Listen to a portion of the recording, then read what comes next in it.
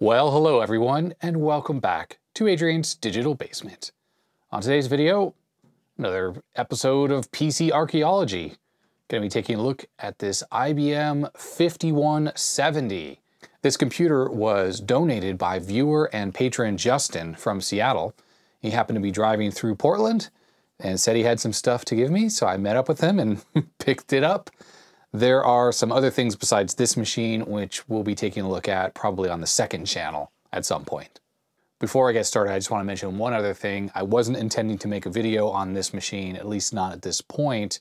Things had gotten really busy for me at work and I just didn't have a chance to work on the video that I actually wanted to release. So hopefully that one will come out in the near future. Anyhow, without further ado, let's get right to it.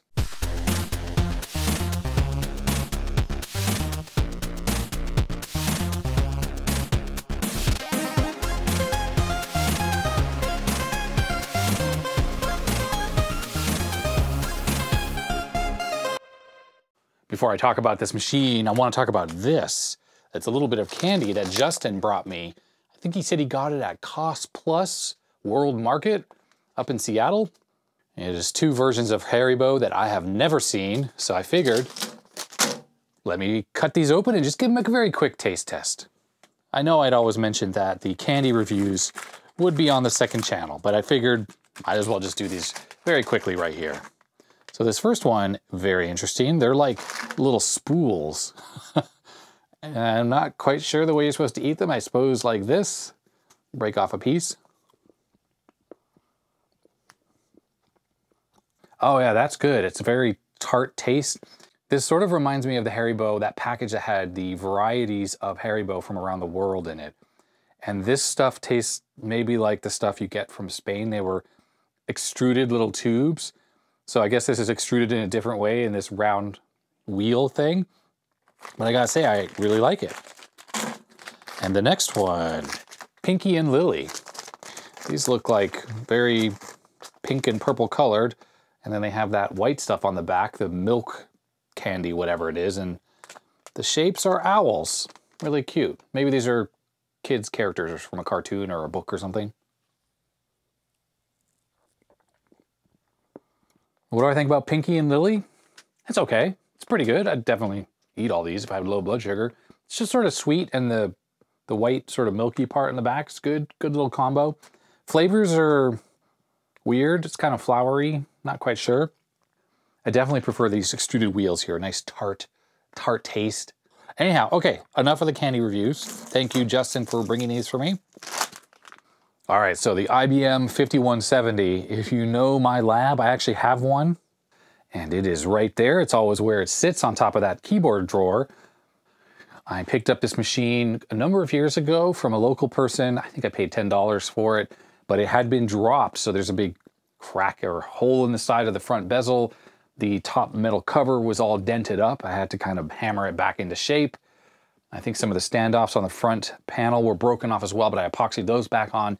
But the machine didn't even have the original motherboard in it. It had a 386SX, which had severe battery leakage. I think there was a little bit of rust inside. Anyways, there was a reason why this thing was so cheap, and it was because it was definitely not an original machine. I think it worked, or I can't remember if it even worked or not. But anyways, I had to do a lot of work on that thing to get it even to the shape it's in now. But it has a 286 in there, but it's not the original motherboard.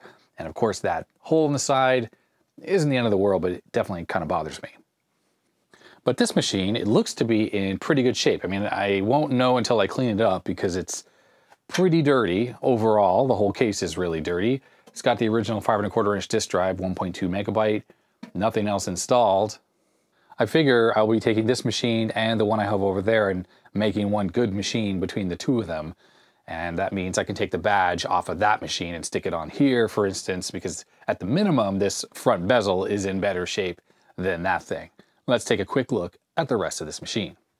What Justin told me is this machine came from, I think, a hoarder's house, and it was up inside the garage, or no, it was up in the attic. So this right here on the side, I have no idea if this is something that's gonna come off.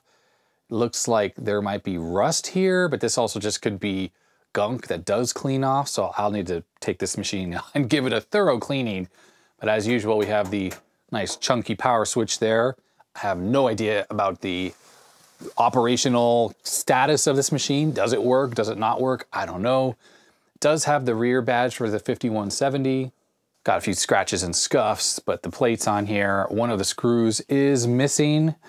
And looking at the cards that are installed in here, it looks like we have a EGA card of some kind. There's a hole for dip switches. Network card. We have a coax of some kind. Could be token ring maybe, or is this going to be Ethernet? We have a serial and a parallel port and a ripped barcode on the back. And on the side of the case, I don't know, it's okay. Some of this stuff feels like it's surface and it should come off. And the top of the machine, it's dirty, but hopefully this stuff, like this is from monitors, hopefully this stuff comes off. That might be paint that's scratched off. I have no clue. Okay, let's get the cover off. So this has the original screws, means you need to use these nut drivers here. Well, at least it has 4 of the original screws. I'm not too concerned. And let's lift the hood. What do we got inside? How bad is it? Okay, I see the battery right off the bat, and it is not leaked, or it hasn't leaked, at least not from first glance. Okay, so the IBM 5170. First off, the battery. Oh, look, it's not even connected. And it hasn't leaked. That is amazing. It's a bit crusty. That's really dirty, that Velcro, hook and loop, sorry, hook and loop. That's good it hasn't leaked though, because that can destroy everything. Now I was about to say rather disappointingly, there's no hard drive in this machine because the hard drive controller here has the cable that would have gone to the hard drive here and not connected to anything. But there's a hard card in this machine right here. Look at that, hard card. And the hard card doesn't appear to be actually installed with a screw, but there it is, the Plus Hardcard 20. Now I found that these are incredibly unreliable devices, and I think I have one of these once that I found that actually worked, but almost always these things were always totally dead. So I'm gonna anticipate that that's gonna be the case for this machine. Let's grab the nut driver here and I'll take out these screws on these various adapter cards here. So as I remove these screws, I am pleased to report, and it's going to be hard to see in the camera, but this is the original IBM motherboard in here. So if this motherboard's in good shape and works, that means that between this machine and my other machine, I should hopefully have a working 5170 with the original motherboard. Now, it goes without saying this motherboard might be bad, but if I recall, most of the components on here are pretty standard. So if anything is bad, perhaps I can fix it. And IBM was so good as to publish the schematics for all their machines, for these early ones that is. So that is available. Okay, starting at the back, what do we got here? Here is a serial parallel board. I assume this is an original IBM part. I don't see, I don't know, this barcode looks very IBM-like. And looking at the back, we have another barcode. And whatever this is, I don't know if that's the IBM stuff. I don't see IBM written on here. The date code on the ICs on this are from 1986. I'll compare that to what's on the motherboard in a second, that is. Next card is this network card. I'm definitely not sure if this is just regular Ethernet or is this token ring. Have any coax networking equipment anymore, and there's not even AUI on there, so there's not even a way to use one of those little transceiver modules. All right, next card is the video card, which I think is an EGA card. And this very much looks like an original IBM card, or if it's not, it's a clone.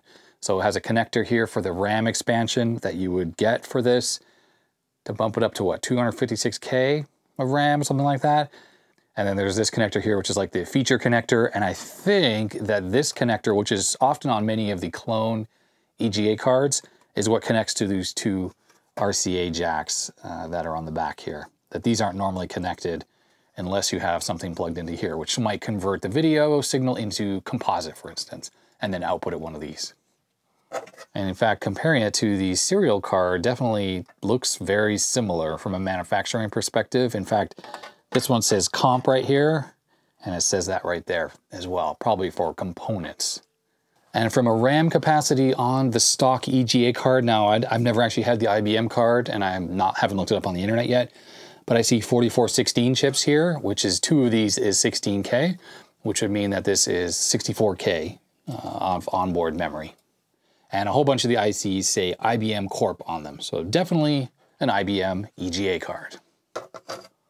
And the last card has the hard drive LED connected to it still. I'm assuming by the fact that there's a ribbon cable left in here that would have originally gone to the MFM hard drive that was in here. So this obviously had a regular hard drive in it that must have died, and they put that hard card in there and they just left this in. And this would be a 16-bit card, and it is indeed.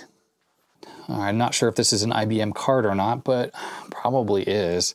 It's Western Digital on these chips, and 1983 fixed disk floppy diskette, but it has a similar looking barcode to the serial parallel card right there. So yeah, figuring that this is IBM, probably came with this machine originally in 1983. Isn't that the year that the IBM 5170 came out, or was it 1982? So there is the original IBM 5170 motherboard. If I move these cables, you'll just get a glance at the ceramic package of the 286 chip here.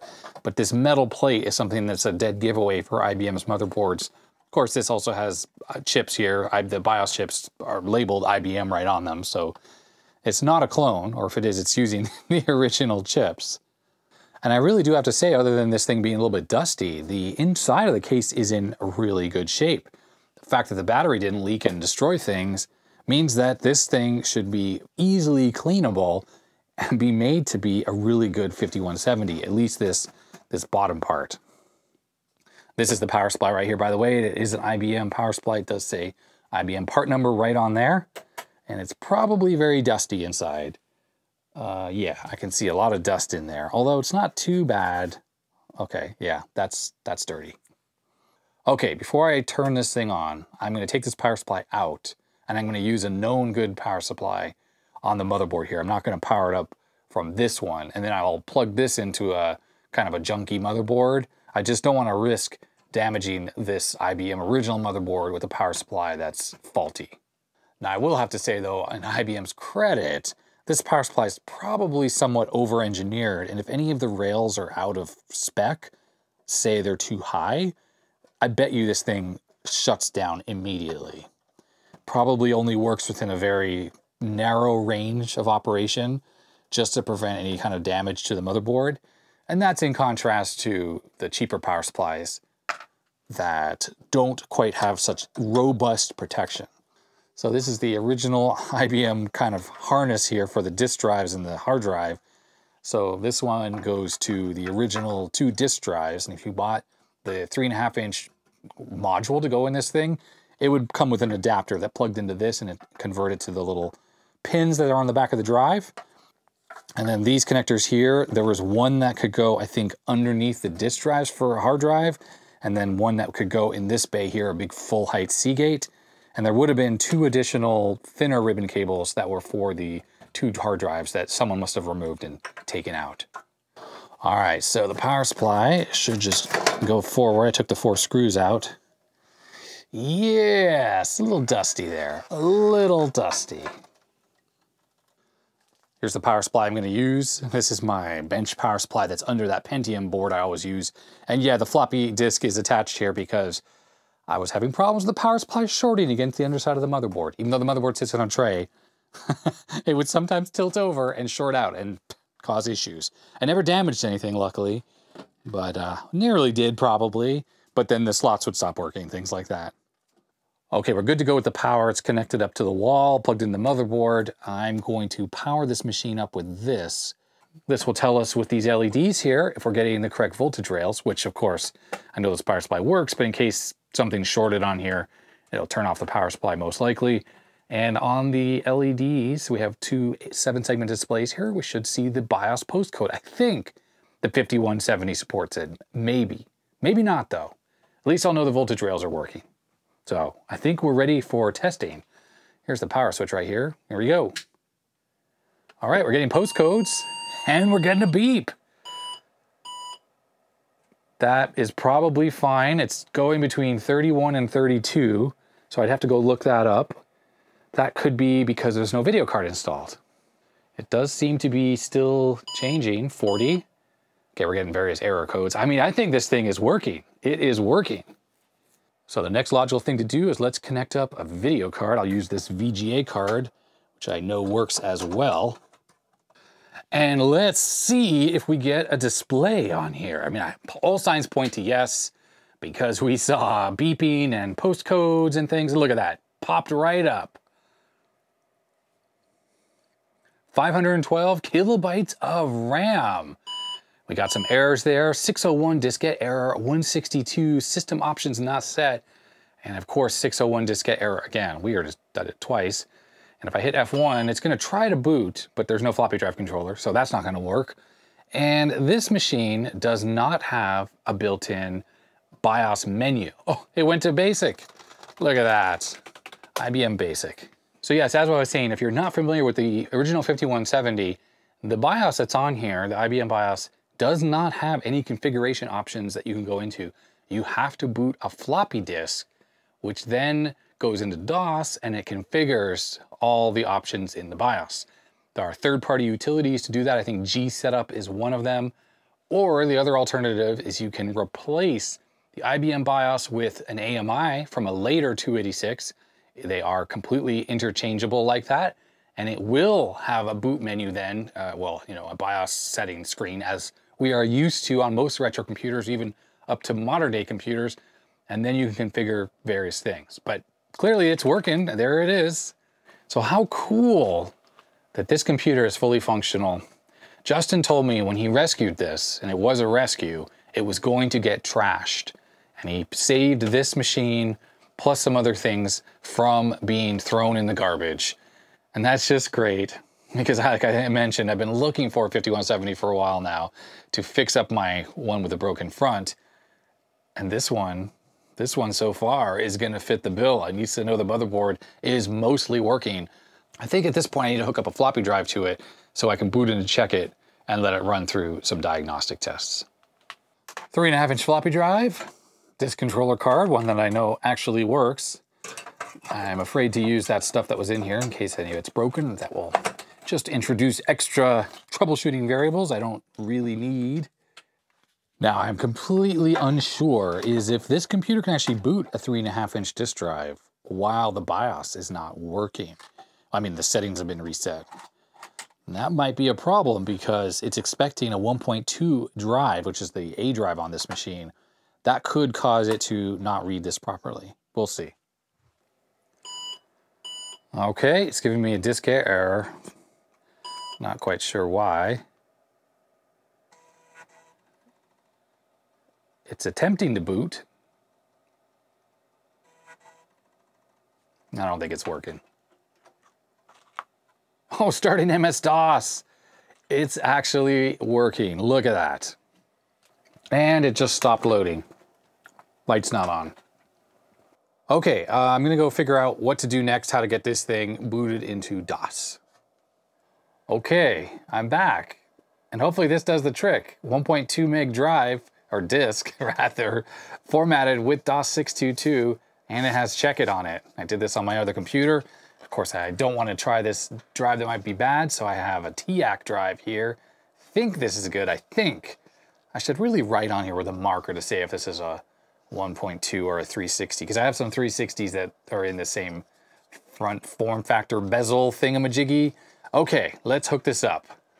I was reaching for the power switch that would be right there, and it's not, because it's back there. Okay, let's hook this up as the A drive. We'll use this power cable right here. All right, hooked up as the A drive. Let's put this disk in here and hope this drive actually works. I think it should, and I formatted this disk fresh. Seems that 1.2 meg disks are the most unreliable. They're always failing, and actually this one, and I wouldn't have kept it if it had any bad sectors, had a couple bad sectors on it. So whatever, I kept it. Still says diskette error. I wonder if this is configured for 2 drives by default, like A and B, and that's why it's saying diskette error for the second one. Okay, it's reading. It's definitely reading. So this is a 1.2 meg drive starting MS-DOS. Fingers crossed. Is this gonna work? Oh, look at that. It works. It worked. So it really just was having a hard time reading that 1.4 meg drive. Okay. So it's something to keep in mind. If you ever get an IBM 5170, you do need the 1.2 meg disks to boot the thing if the battery dies. Oh, there is a way, and you can check -0degrees.net. There is a way to use BASIC to actually configure some of the BIOS options. So you can keep that in mind. I'm sorry that the disk drive is blocking the view of the screen. Everything is a little precarious on this small little bench area, but I'm loading Check It. Hopefully we'll see that blue Check It screen in a second, and I'll be able to find out how fast this machine is, if it's 6 megahertz or 8 megahertz. I think IBM sold both varieties. All right, configuration information. So as I expected, it's 286, of course, 512K of RAM, of course, 1.2 meg floppy drive, of course, and we have a BIOS date of 1985. I'm not sure if there even are later revisions of the BIOS for the 5170.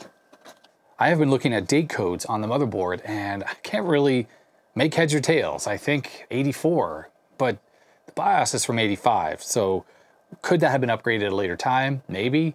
Or IBM used chips from all sorts of different years? Maybe. A majority of the chips on here don't have date codes on them, so it's really not easy to tell. Let's check out the main system benchmarks. 6 megahertz, so that is the speed of this machine. Am I mistaken in thinking that there's actually an 8 megahertz version? Maybe, maybe not. I have to go read up about that on Wikipedia. I think I'm just gonna set this to do looping RAM tests right now. So quick memory tests, I'm gonna change it to no, and I will make it loop. And I think that will be good. If this machine is stable, it should run this. I'm gonna hit C for continuous. It should just run this without issue and not crash. So the RAM diagnostics ran for hours and hours. I think I left it on for maybe 4 or 5 hours. No issues whatsoever. So this motherboard is definitely working properly. Now, while I was running the RAM diagnostics, I started doing some research on this computer, Googling around to try to figure out what exactly I had here. There's a very useful page here on -0degrees.net where they talk about the different revisions of the motherboard on the 5170. There's a type 1 and a 2 and a 3. Well, the biggest difference is that the 2 and 3, the motherboard's physically smaller, but also the type 1 has very interesting RAM here. Stacked, piggybacked 128 kilobit RAM chips of the 41-128 variety, 150 nanoseconds.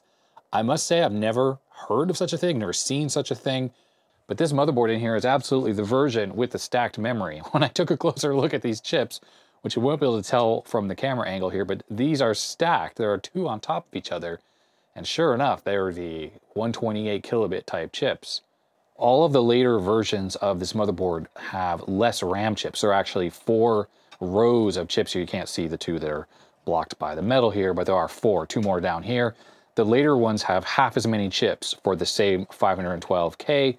And like I said, the motherboard on this one goes all the way over to the far edge, as far as it can go before it hits the power supply, while the later motherboards are smaller. Here's a picture of the later version, and you can see the RAM configuration I'm talking about that is clearly different than what's on this. One thing that is interesting is on the Type 1 motherboard, it says the BIOS supply date is 1/10/84, so January 10th, 1984. Well, the version on this machine, as seen here on Check It, is June 10th, 1985, which looking back on -0degrees, this date coincides with the BIOS that would have been included with the Type 2 motherboard. Now, reading around on -0degrees, it did seem to indicate that this was not an atypical upgrade to this later version of the BIOS, and that was because the original one didn't support that full-height 32 megabyte hard drive that I mentioned when I was taking this thing apart.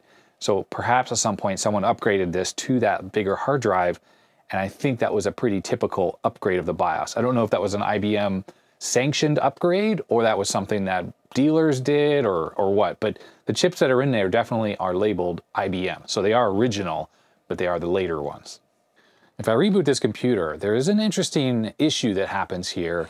And even though the floppy drive is configured correctly, it does say system options not set. I haven't run setup, but that 601 diskette error, apparently that happens with this particular BIOS, it's like a bug in the BIOS. If you don't have that original IBM fixed disk controller card, the one that was in here, if that's not in the machine, you'll basically always get this 601 error with no way to get rid of it. I think you need to install a completely third-party BIOS, like the AMI BIOS, the one I mentioned earlier where I could actually have a BIOS setup screen.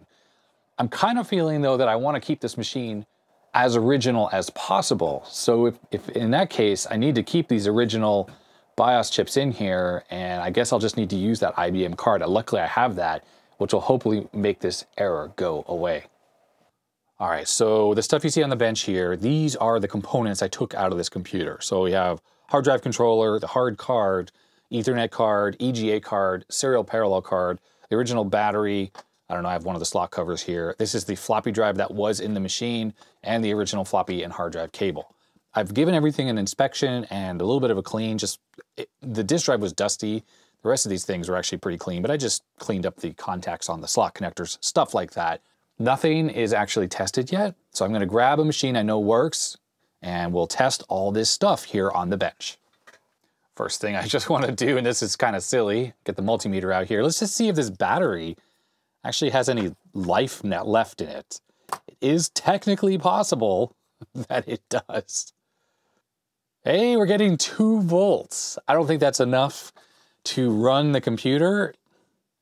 The battery actually says IBM replacement on it, Panasonic 6-volt battery. So clearly this thing, if it's only giving 2 volts out, is not enough to run anything. But I'm glad it didn't leak all over the inside of the machine.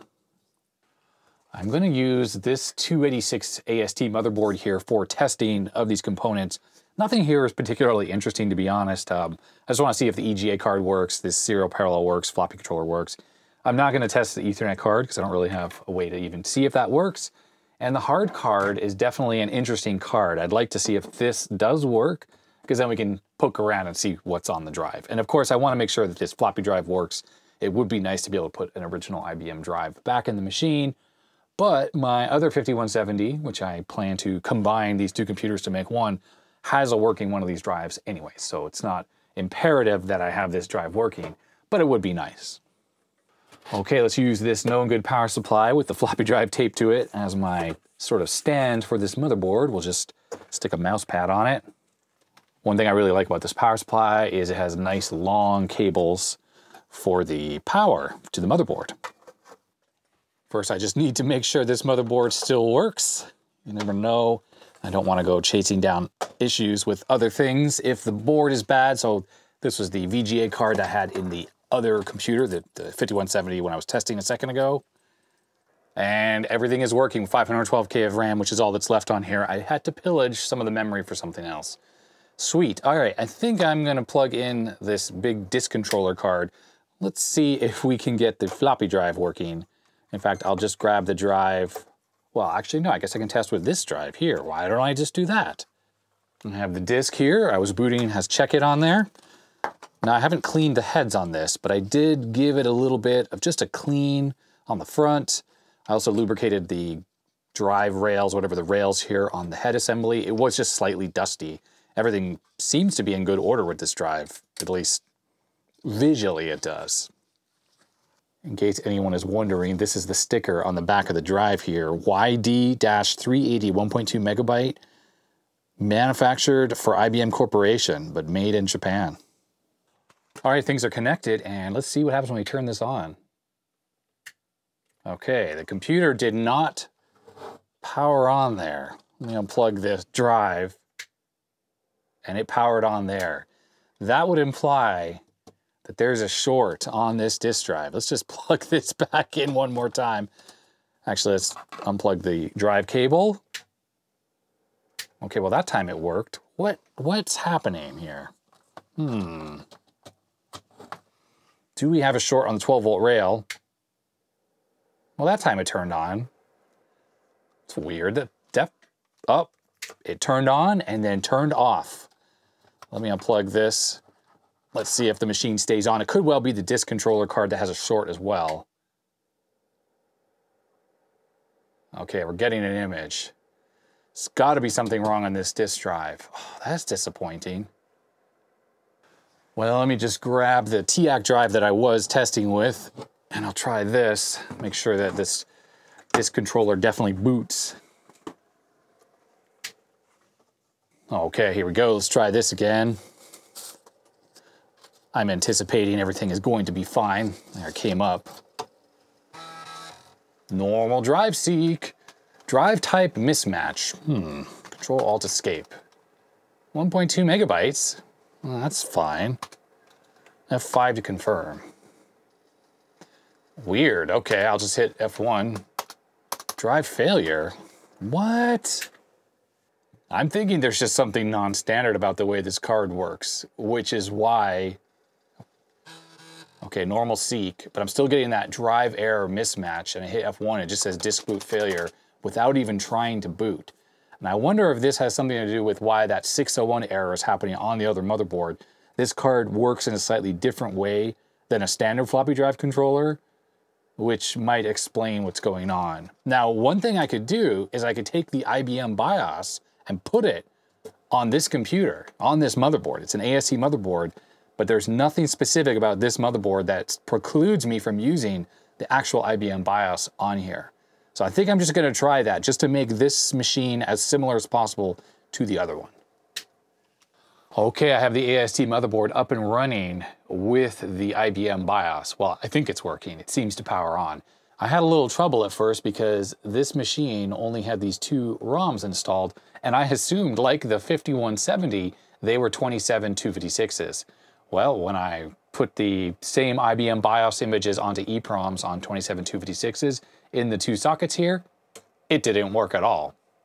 And since the original ROMs had stickers, I wasn't sure what size they were, but it turns out that they are actually 128s. So I went to the original Type 1 IBM BIOS images from 1984. They would have been the originals that were on that 5170 that's behind me.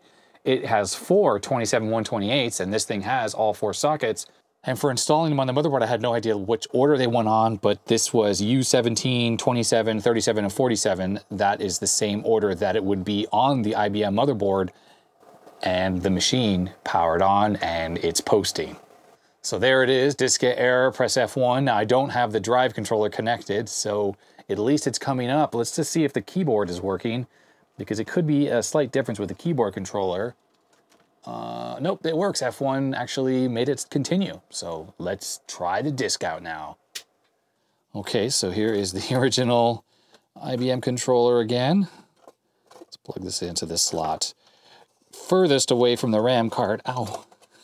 Just poked my finger. Just because everything is, the cables are pushing up on everything. Okay, so there we go.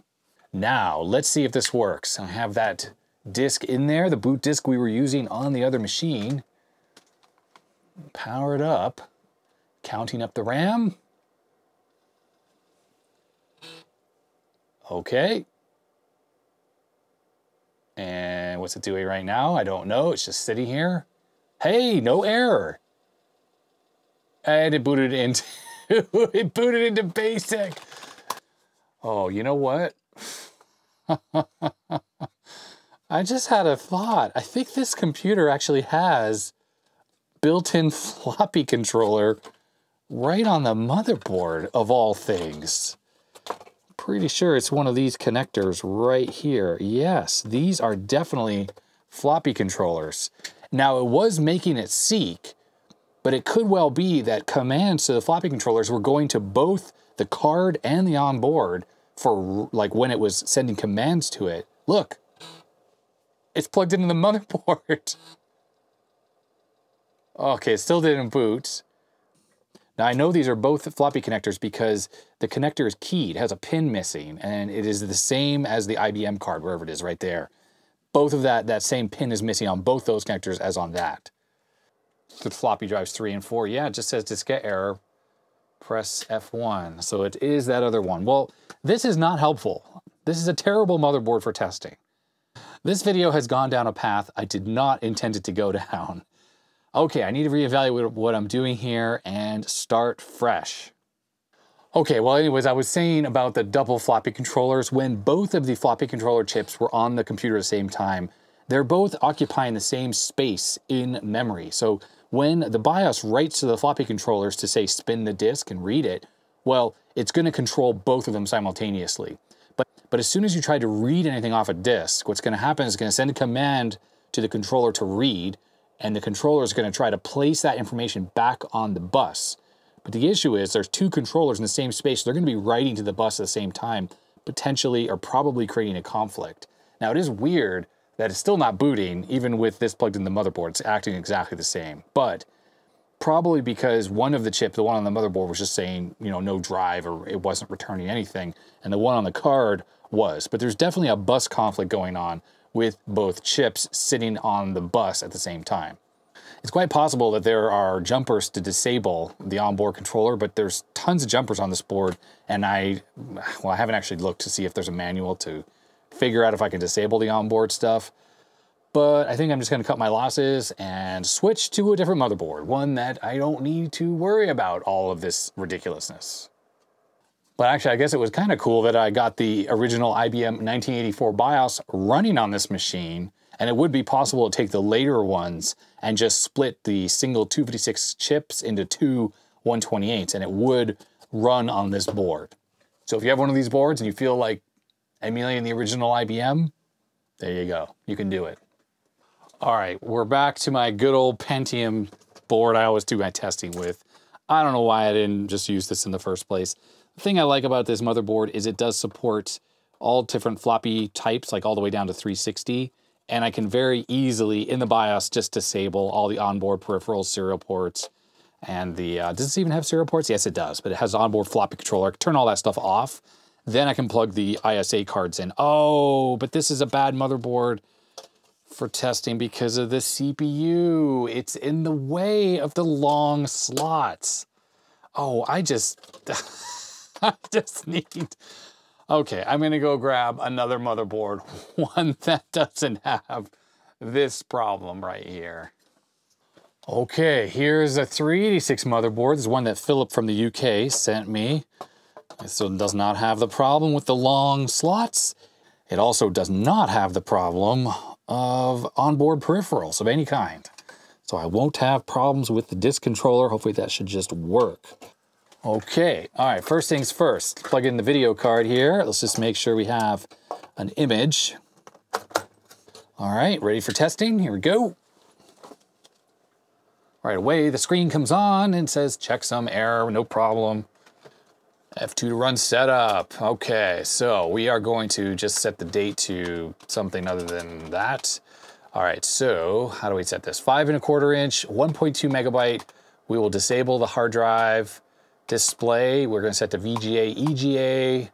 CPU speed, it does not matter. F10 to exit. All right, drive read failure, no problem. I just want to eliminate every variable. I'm going to plug the drive into my known good controller. I want to see this computer at least boot to DOS so I can run check it. Power that off, pop that in, power that on. I have no idea how long the BIOS saves the settings. There's no battery on this either, so I have no idea how long that lasts, but okay, very quickly did a drive seek there. I mean, could this disk just be bad? It made some booting sounds. It's just sitting there. Oh, you know what? I should just oh no, starting MS-DOS. Okay, good. We are good. We are working. All right, so out with this known good controller, and I'm going to test out this IBM one here. 16-bit with hard drive. Fancy. Here we go. Luckily, this long cable here is the one that goes to the floppy drive. I just want to make sure that this cable works with this disk controller. Here we go. Good old seek sound. Is it gonna work? Sounds like it's working. I'd hope that someone has gone in and set jumpers on this card at some point, because I do see some jumpers to disable the hard drive portion of it. I assume that's a supported configuration in case you have a 5170 that doesn't have a drive. Probably this was the card that came with all of them. And there it is. So we're booted up. And it's successfully loaded check it. So I am going to say, I'll just put a little tick mark in the corner here. No, that didn't work out. I'm going to put it right here on this chip. I don't know if the hard drive portion of it works, but that doesn't really matter. I don't need to use that anyways. All right, so we have a good original IBM floppy controller and cable. Why don't I bring back the IBM floppy drive that was causing issues. Now this has the drive rails on it. You do need drive rails to stick anything into that case. It is a problem because it's not like they were included, the extra ones for hard drives and things. So if you're gonna try to mount an extra disk drive in there, you're gonna need rails. Luckily, I created some drive rails and I put them up on Thingiverse. I'll go find that link and stick it in the description, but I printed some, I think for my IBM 5170, the one that the broken one. To put the 3.5-inch drive in there, I needed the drive rails and I printed some out, and I even made the little parts that go on the top here. You screw them in to hold it in. So those are there, and it's very helpful because it's impossible to find these now. All right, so let's move this disk over here. I am thinking that the issue might be something to do with the motor driver. If I try to turn this on and it immediately doesn't work, I think there's a short in something that controls the motor, and the disk is in there and it's gonna try to spin it as soon as I power the computer on. Let's see. No, it did turn on. See if we see any access here. Well, it sounds like it's working now. I wonder what was going on. I didn't do anything. Drive read failure though. Okay, well that's fine. This just could be dirty. I shouldn't have put that in there without trying to clean the disk heads first. So I have this cleaning diskette that was sent in by a viewer. Thank you very much. And I have two of these. One of them I keep with this top cover here for single-sided drives, but clearly this is a second or a double-sided one. I don't know what these things are for on the side, so I'm just going to use them. Let's stick this in here. And we'll hit F1 to get this thing to try to boot. Now the best thing to do would be to take this PCB off, try to clean the heads manually with some of my little cleaning things over there, but the reality is it's a pain. There's heat sink here and stuff, so I'd rather just try to do it with a diskette. Why should you clean your heads? Well, sometimes it gets so bad that they can't read anything anymore. That's why. Okay, so let's see if this can boot now. If it can't boot, doesn't mean this thing is dead. It just means it's gonna need a little bit more maintenance. Actually, it sounds like it's working. You can't really hear it, but I feel it. I think we're gonna see MS-DOS prompt starting MS-DOS in just a sec. There it is. Cleaning the heads, did the trick. That's all it needed.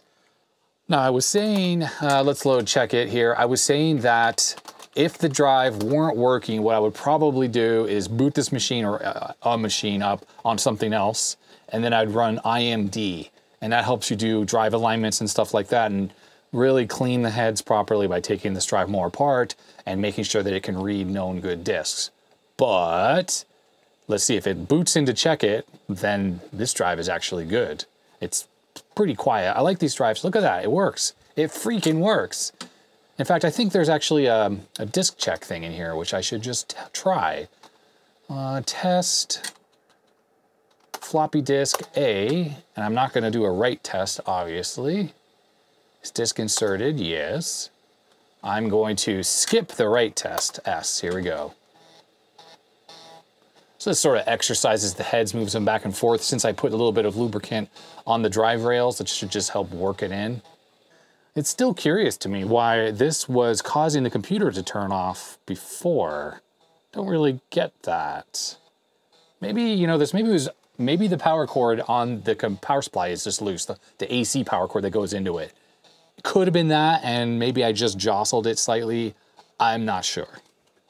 Off camera, I took my multimeter and I did check the 12 volt and the 5 volt rails on this, and they were fine. Yeah, look at that, it passed all tests. It was able to do all the random seeks without any issue. Thumbs up, working disk drive. All right, so I am just going to draw a tick mark on the drive right here, just to say that I have tested it and it is good. Next up, I think I'm gonna go for it, and I think we're gonna try out this. This is the Hardcard here. This only works in 8-bit slots, which the 5170 has, I think, 2 of. The hard drive portion sits lower than the 16-bit little extension here. So, and then I'm gonna prop this up, because normally this slots into the case right here. I'm gonna stick this Post-it note right there, and it's resting on top of a chip. There we go, that's in there. Just not to jostle it because it's rather heavy. Let's see, if I turn this on, will this even work? Highly likely it will not. It's not even spinning. I mean, there's like nothing happening. It's acting like totally dead here. So you can see on the bottom here, this round section, that would indicate that the disk is right here. So I'm gonna try to get this thing to rotate around the center spindle, which is right there, by hitting it like this. Drives can have something called stiction. I'm not sure if that's an actual term, but the drive gets sort of stuck. The spinning portion gets stuck against the heads or the motor or whatever. And sometimes all you have to do is just kind of get it to turn, and that should do the trick. Okay, here we go. Let's try again. I really don't think this thing is gonna ever work. Oh, it spun up. That did it. A little stiction action. Let's see what happens. The drive is spinning, but I'm not hearing any head activity. It's like there's no sound of the head doing anything. Look at this. 1701 controller number 0 error. No boot disk available. The disk is out here. Yeah. I think I'll just power cycle this a few times and see if I can get this hard drive to do anything. Yep, controller error again. I think what I'm going to do is just let this sit here like this and bake. Just get hot. Maybe that'll loosen up the head assembly in there so it'll actually work a little bit. I've actually found that to help a little bit sometimes. Well, this has been running for a while and it sounds a lot worse now. So I think this thing is dead. I'm gonna put the microphone next to the hard drive so you can hear it up close and personal.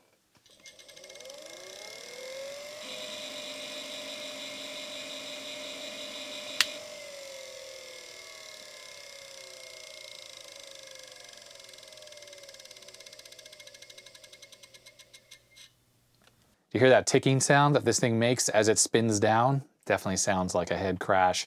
I think the heads were basically stuck to the disk surface, and when I did my spinny thing, it dislodged the heads.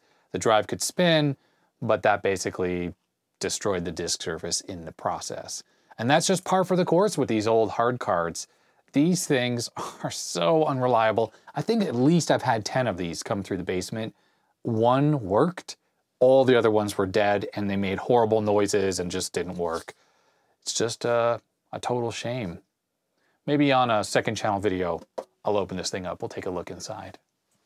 Okay, so not a whole lot left to test since the hard drive is dead. There's a serial card here. Let's just pop this in here. I won't do full testing, but make sure the computer turns on, and in check it, I can see that there's a serial and a parallel port. Aha, computer doesn't even start with that in there. So this is shorted. Works fine with it out. One of these tantalums here is gonna be shorted. Let's take a quick look with the multimeter, see if I can figure out which tantalum is bad and remove it. Should not be too hard to figure out. Okay, we got 0.9 ohms there. That one's definitely bad or shorted. And 6K there, which is fine. These are the strange 3-legged tantalums, 10K, so that's fine. I'm just gonna give a quick check on these other ones. I'm just gonna put a mark on the top of the tantalums that are shorted. So it's that one and that one. I just need to find all of them and see which one has the lowest resistance value on the multimeter.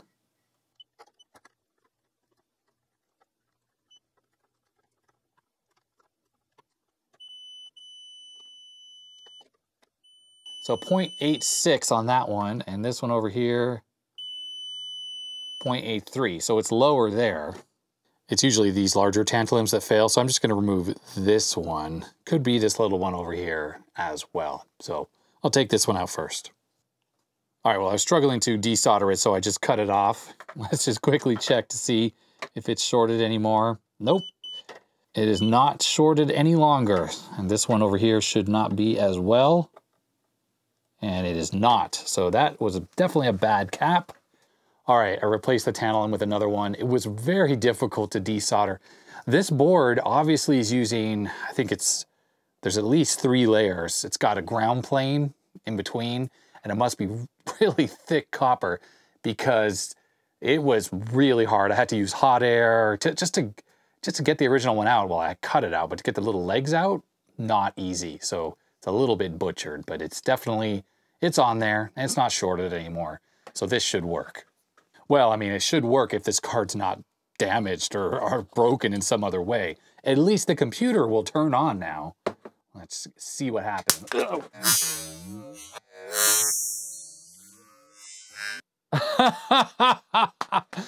Oh, that is super hilarious. That blew up.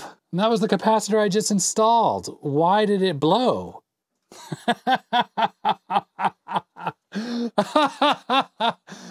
Where's the cap that where are the caps that I just installed? Here are the caps I installed. 10 microfarad, 16 volts. So why exactly did that just explode? Wow. Yeah, okay. I was boneheaded. I had the polarity reversed. So that is what can happen to your tantalums when they're in backwards. You get some fireworks. All right, so that teaches me a lesson to pay a little bit more attention to the polarity on there. Okay, so I've replaced the tantalum that's exploded. It's this one right here. Yeah, it's a little ugly. I really should have done a better job heating the board up to get that capacitor in there. But this should do the trick. Hopefully it's visible. This one right here next to it has a plus in the middle, and this one actually, well, it had a plus there. It got kind of removed from the desoldering and resoldering. But yeah, so the polarity was wrong. There's a little mark on the tantalum, and that is plus. When you have this type here, you can install them either direction. Because the center pin is positive, I think it makes manufacturing easier. So it's negative on each of the outside pins and positive on the center one. So when you put these in, you don't have to worry about the polarity, but you put these in, you do. You have to line up the dot with the plus, which is the middle pin. You do not need to hook up both of them, at least not on this board. I think it's on now. Oh yeah, so here's an example right here. You see how the 2 outside pins are connected together? And that's because they are the ground. Anyhow, okay, let's see if these serial ports are actually working. A little bit of time has passed, and I have since got the postcard out here. This just gives a nice visual indicator if the power is working, because there's all these red LEDs here. So I'll just plug this into a slot behind. And here we go, let's turn it on. Aha! See how the lights all came on for a second and then shut off? This card must have a short on it again. So there it is, comes on fine without this card installed. So time to figure out what exactly is wrong now with this card. All right, so the capacitor I just installed, not shorted, no problem. The 3-pin one next to it though, this one right here, this one is now shorted. And that one was definitely not shorted originally. In fact, I powered this up after that cap exploded without the cap installed, and the board worked fine. But now this one is bad. So yet another tantalum failed. All right, so I figured out that this cap here and this cap here are on the same rail. Of course, they're both reading as shorted. But when I measure the resistance across both of these, this one registers about 0.05 ohms and this one 0.03. And that's with my multimeter set to relative mode. So I've taken out the leads as part of the resistance. So anyways, that says that it's this one that is shorted. So I'm going to get the Hakko desoldering iron and I'm going to pull this out properly this time instead of butchering the board.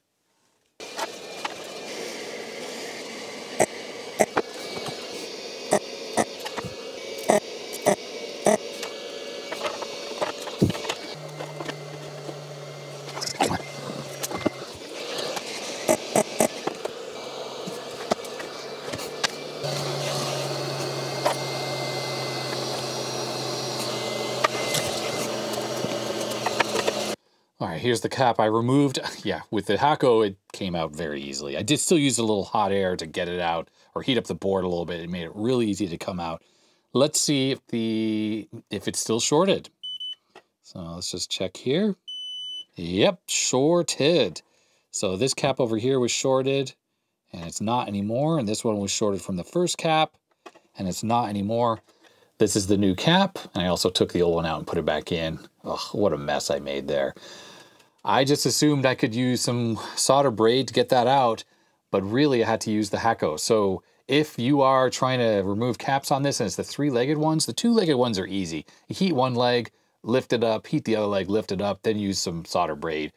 But with the three-legged ones, it's a little harder to do that. So if you don't have a desoldering iron like a Hakko, I'd recommend you cut these off and leave as much of the leg as possible, and then use the soldering iron to try to heat it up and tweezers to pull each leg out. But then even with the good quality solder braid, it was still hard to clean out those vias. That's where the Hakko came in. The hot air helped, but it still was a pain. Okay, so this is the next day from when the little fireworks happened. So I have a 3.5-inch drive connected here. This has a boot disc on it. So I've rearranged a little bit. So that's why the 5.25 inch is missing. But let's turn it on. Do we get an explosion? No explosion. And also, we don't have a short circuit. All right, well, let's boot this up. Should boot into DOS without any problem. I am glad that this power supply does have some protection. I've actually never really tested that when the rails are shorted, it actually does shut itself off and prevent explosions to some extent, at least. All right, here we are in Check It. It shows LPT1 and COM1. Fantastic. I have a DE9 loopback adapter for serial. I think this works with Check It. I had one for parallel. This was a viewer who sent this in, but the parallel port one did not work with Check It for some reason. It just would, on a known good parallel port, always say that it wasn't working. So I didn't keep that one just in case I would think I had a bad parallel port, but I know the serial port one worked. I think if I go to serial port COM1 test, and I pick the loopback adapter, is external loopback connected? Yes, it is. Here we go. I think this works. Should work, maybe. All right, here we go. Passing all the tests. Oh, modem control failed, though. But the loopback is working. There we go. So, yeah, serial port's working. Excellent. Cool, so this card, I'm gonna put a tick mark down here on the back that it works. Excellent. And also, don't follow my lead on doing a horrible job replacing a cap, causing it to explode and making the board look ugly. Just don't follow my lead. All right, the last card I want to test is this, the IBM EGA card here. And of course, I don't have an EGA monitor handy, but that's no problem. I have the RGB to HDMI right here, which will work perfectly with this EGA card. So I just need to pop out the VGA card that's on this machine, because you can't have a VGA card and an EGA card in simultaneously. I'll take out this 8-bit EGA card that I was using for testing. Let's pop this baby in. Oh, it's pretty cool. It has a notch right here, so it does work in a 16-bit slot. But this part of the board is lower down, so you have to make sure that it doesn't have any clearance issues on the motherboard. I think this should go in without issue, like right here. Yeah, it just clears the CPU math coprocessor without issue. Plug in the 9-pin cable here. This is what goes to the RGB to HDMI, which I will need to power up by plugging into my power bank. This EGA card is filled with these tantalums here. The 3-legged ones as well. They're also on the motherboard, the 5170 motherboard, which we know works, but that has me a little worried. Maybe before I turn this on, no, you know what, whatever. Let's just turn it on and see what happens. I was gonna say with the multimeter I should do some continuity tests, but forget it. Let's just turn it on and see what happens. Will we get an explosion or will we get a working system? All right, well, all the power rails are working. Oh, look at that. It came right up. There it is. Check it. Diagnostic software. I just switched the scaling mode to interpolate 4:3 just so the aspect ratio looks correct now. Let's just quickly take a look here. All right, there we go. It says EGA for the adapter. Excellent. I don't think I ever noticed it can actually enumerate the dip switches on the EGA card, and certainly those are the switch settings right there, 0110. And right there it confirms we have 64K of video RAM, which I think does limit us to some extent when it comes to graphics modes that this card can display. Okay, so the flashing here is because I think it's running in CGA mode right now, and we need to switch this to subprofile auto switching. There we go. So it can now switch into CGA correctly. So it'll be able to handle those switches with a little bit of glitchiness, but nothing serious. So this is currently running in CGA resolutions, not EGA. And there's the actual EGA resolution right there. Here is the 16 color mode in 320 by 200. That's EGA, but it's running at CGA resolution. I don't think with 64K we have the ability to run any of the higher resolution modes in 16 color mode, but I might stand corrected. Let's see what the next, oh no. Okay, wait, this is 640 by 200 at 16 colors, so that's working. So CGA resolution still, but instead of one color, you get 16. What about, yeah, that's it. So we do not have any longer the 640 by 350, the EGA native resolution running in 16 colors, not without a RAM expansion on this card. So it's cool that this card works, but without the RAM expansion, it's definitely limited in its ability to run those high resolution EGA graphics. Not that a regular 286 at 6 megahertz really going to be able to do much with those, but nonetheless, there are games that do use that 640 by 350 resolution and at 16 colors, and those will not work on this card. So that's a bit of a bummer, but there you go.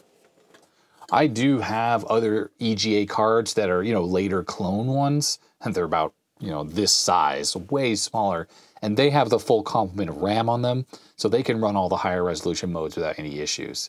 So it's really just a limitation of this unexpanded IBM card. I am just going to draw a little tick mark right here in the corner, just to show that I've tested it and that this card works.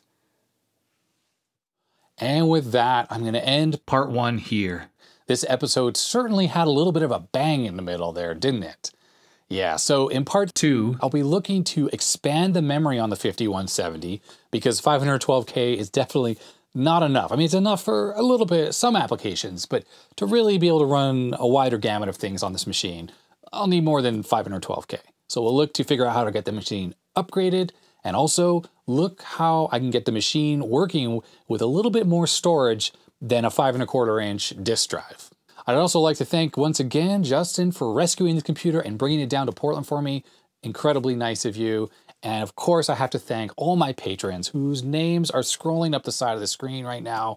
If you want to become a patron yourself, there's a link in the description below where you can get to my Patreon page and do so.